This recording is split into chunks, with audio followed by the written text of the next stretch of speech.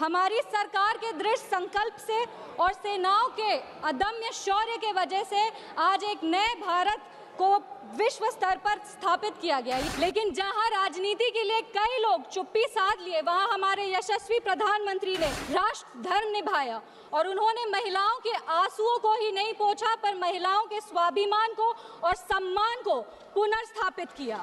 और आतंकवादी हमले के बाद ये भारत मोमबत्तियां नहीं जलाता, ये दुश्मनों की चिता को जलाता है। ये शांति चाहता है, पर शांति अपने शर्त पर चाहता है, और अगर अपने शर्त को नहीं पूरा किया जाए तो डिप्लोमेसी से डिस्ट्रक्शन तक का भी रास्ता जानता है। खतों का दौर गया, अब फरमान भेजे जाते हैं। जो करते हैं भारत की आत्मा परवार, वो सीधे कब्रिस्तान भेजे जाते हैं। धन्यवाद सभापति महोदय, आपने ऑपरेशन सिंदूर जैसे महत्वपूर्ण विषय पर बोलने का अवसर दिया। विशेष रूप से आभार व्यक्त करेंगे हमारे पार्टी के राष्ट्रीय अध्यक्ष श्री चिराग पासवान जी का, क्योंकि आज इस बहस में हम पहली महिला सांसद हैं जो ऑपरेशन सिंदूर पर अपना पक्ष रख रही है, ऑपरेशन सिंदूर के फेवर में बोल रही है।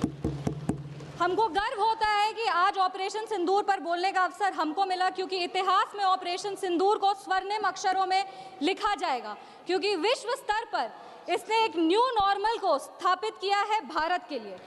ये न्यू नॉर्मल की जो नींव है वो सदियों पहले रामचरितमानस में लिख दी गई थी, जिसकी चौपाई है, बिनय न मानत जल्द ही जड़ गए 3 दिन बीत, बोले राम सकोप तब भय बिनु होए न प्रीत। इसका अर्थ ये है कि विनय और धैर्य जरूर ही महत्वपूर्ण गुण है, पर जब धैर्य का बांध टूट जाता है तो भय के बिना उसका कोई उपचार नहीं बचता। हमारी सरकार के दृढ़ संकल्प से और सेनाओं के अदम्य शौर्य के वजह से आज एक नए भारत को विश्व स्तर पर स्थापित किया गया। ये नया भारत क्या है? ये नया भारत वो है जो शांति के लिए गौतम बुद्ध और महावीर जी के दिखाए हुए पथ पर तो चलता है, पर अगर राष्ट्र सुरक्षा की और राष्ट्र हित की बात हो तो प्रभु श्री राम के धनुष को और श्री कृष्ण के सुदर्शन चक्र को भी उठाना जानता है। आज इस चर्चा के 2 भाग हैं। पहला भाग है पहलगाम पर हुआ अटैक और दूसरा ऑपरेशन सिंदूर। पहलगाम पर जिस तरह से अटैक आतंकवादियों ने किया, वो नागरिकों पर अटैक नहीं, वो मानवता पर अटैक है। आतंकवादियों ने धर्म पूछकर उनकी पत्नी के सामने, माँ के सामने, परिवार के सामने, बहनों के सामने सारे जो हमारे देश के नागरिक हैं उनको मार दिया। हम लोग ये पूरा देश वो चित्र कैसे भूल सकता है जब एक नवविवाहित महिला लाल चूड़ी पहनकर अपने पति के शव के बगल में बैठी थी। इसने पूरे देश को झंझोड़ करके रख दिया था। लेकिन दुर्भाग्य की बात यह है कि आज भी हमारे देश में ऐसे लोग हैं जिनको पहलगाम से ज्यादा दुख पैलेस्टीन के लिए होता है, क्योंकि ये उनकी राजनीति को फायदा नहीं देता। लेकिन जहां राजनीति के लिए कई लोग चुप्पी साध लिए, वहां हमारे यशस्वी प्रधानमंत्री ने राष्ट्र धर्म निभाया और उन्होंने महिलाओं के आंसुओं को ही नहीं पोंछा, पर महिलाओं के स्वाभिमान को और सम्मान को पुनर्स्थापित किया। हम बता देना चाहते हैं कि ये एक नया भारत है और आतंकवादी हमले के बाद ये भारत मोमबत्तियां नहीं जलाता, ये दुश्मनों की चिता को जलाता है। ये शांति चाहता है, पर शांति अपने शर्त पर चाहता है, और अगर अपने शर्त को नहीं पूरा किया जाए तो डिप्लोमेसी से डिस्ट्रक्शन तक का भी रास्ता जानता है। इसी बात पर हम एक शायरी कहना चाहेंगे, खतों का दौर गया, अब फरमान भेजे जाते हैं। जो करते हैं भारत की आत्मा परवार, वो सीधे कब्रिस्तान भेजे जाते हैं। अभी अपने कांग्रेस के साथियों का बात सुन रही थी और वो कह रहे थे कि 1971 में इंदिरा गांधी ने ये किया है, 1971 में इंदिरा गांधी ने वो किया, पर वो कभी भी 1971 का क्रेडिट बिहार के बेटे जगजीवन राम जी को नहीं देते हैं, जो तब के रक्षा मंत्री थे। बांग्लादेश ने उनको 1971 का वॉर हीरो डिक्लेयर किया था, और रक्षा मंत्री होने के जंग के बाद भी उन्होंने सैनिकों के रिहैबिलिटेशन के लिए काम किया। लेकिन कांग्रेस पार्टी इसको कभी नहीं रिकॉग्नाइज करेगी, क्योंकि उनको दलित नेतृत्व से समस्या है। वो सिर्फ उनके साथ रहना चाहते हैं जो बाबा साहब के चित्र को अपने पैर पर रखते हैं। अगर हम ऑपरेशन सिंदूर की बात करें तो ये सिर्फ टेरर लॉन्च पैड्स को ध्वस्त नहीं किया, ये पूरी की पूरी तरीके से पाकिस्तान के हौसले को ध्वस्त कर दिया है। लेकिन एक आश्चर्य की बात है मैम, और आश्चर्य की बात यह है कि हमारे दुश्मन देश में एक युवा नेता है और एक युवा नेता हमारे विपक्ष में है।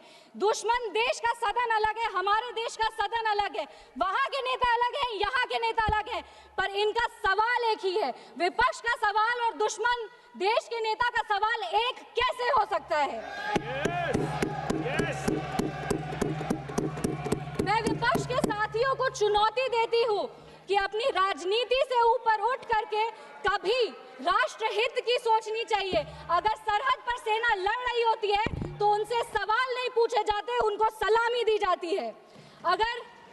अगर विपक्ष की बात सुबह से सुने जा रहे हैं और उनकी बात को ध्यान से सुने तो वो बार बार कह रहे हैं कि सरकार ने सरेंडर कर दिया, सरकार ने सरेंडर कर दिया।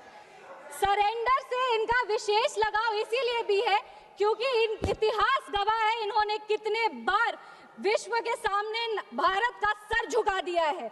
1962 में नेहरू जी की दोस्ती की नीति ने हमारे देश के धज्जियां उड़ा दिए थे। 14,500 वर्ग मील जमीन पर कब्जा कर लिया था। अमेरिका के तब के राष्ट्रपति ने कहा था कि भारत हमसे भीख मांगते हुए आया था। 1971 में वेस्टर्न मीडिया ने प्रधानमंत्री के बारे में जो भी कहा हो, उन्होंने हमारे देश के बारे में, भारत के बारे में कहा कि भारत एक धोखेबाज देश है और भारत नागरिक धोखेबाज लोग हैं।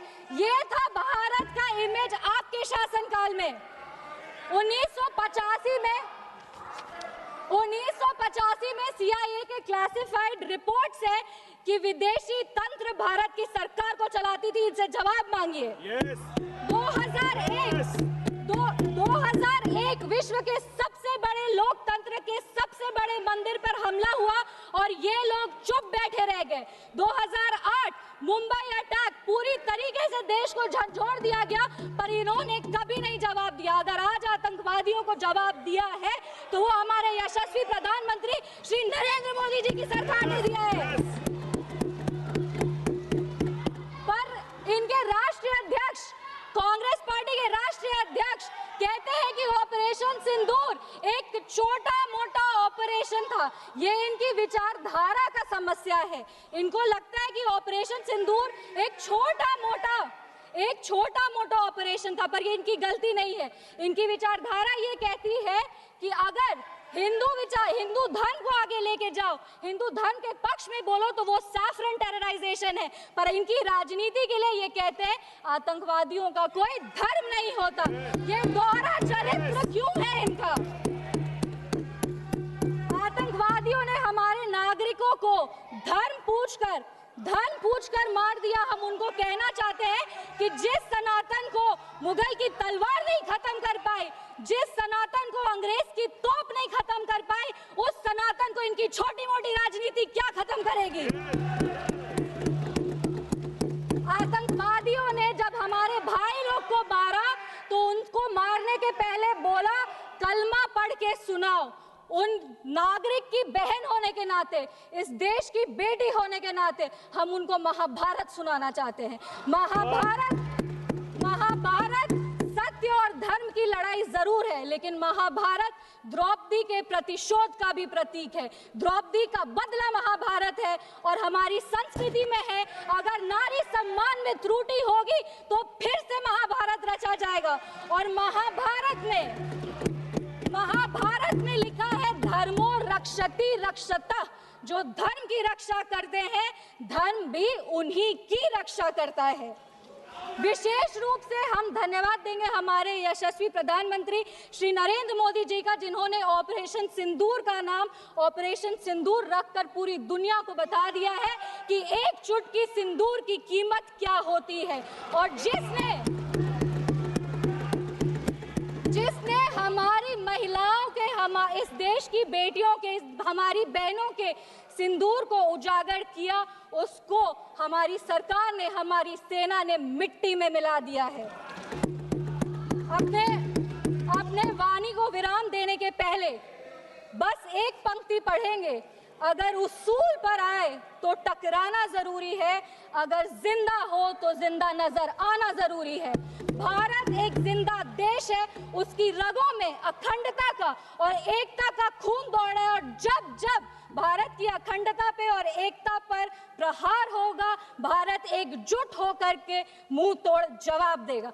जय हिंद, जय बिहार, भारत माता की जय।